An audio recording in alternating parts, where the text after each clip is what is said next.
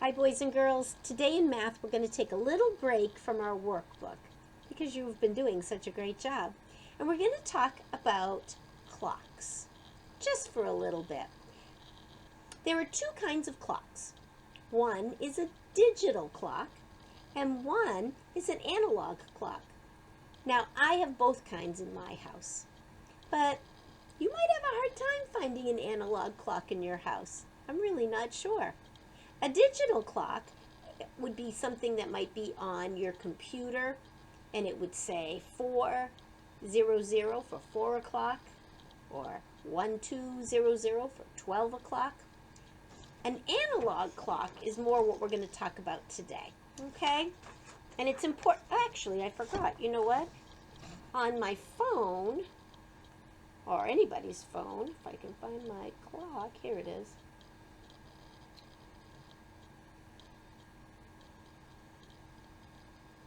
See, when it tells you these numbers, 7:09 or 10:09, that's the time, and that's a digital number. But there's also such a thing as an analog clock. If I had thought of it, maybe I could have figured out how to do it for you. Anyway, this is the paper we're going to work on today. And an analog clock has what they call a face, and it has hands. These two little arrows are the hands. Now, I'm not going to teach you how to tell time on that today. Hopefully your mom and dad will take time to do that, because analog clocks, they're really kind of pretty. They're really beautiful. And if you ever see one, it's really nice to be able to tell time.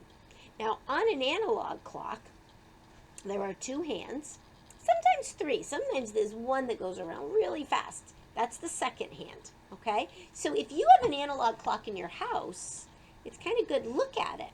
See if it has one, two, or maybe three really thin little other hand.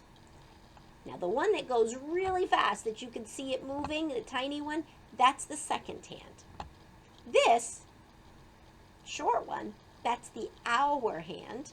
And this tall one is the minute hand.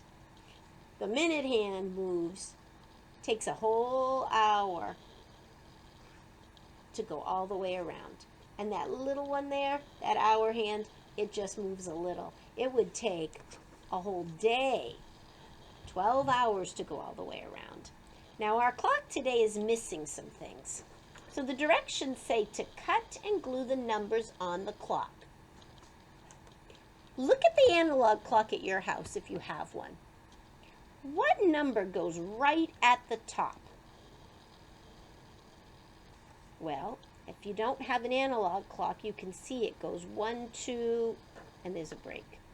4, missing, and 7, missing, 10, 11, 12. The number 12 will go right at the top of the clock, right at the top of the face of the clock. Now, look at your clock again. Right at the bottom.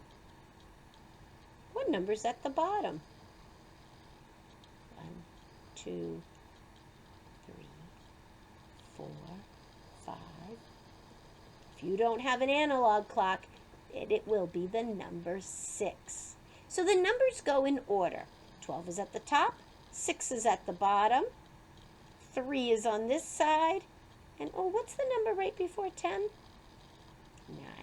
Because when they're all set up, it's 1, 2, 3, 4, 5, 6, 7, 8, 9, 10, 11, and 12.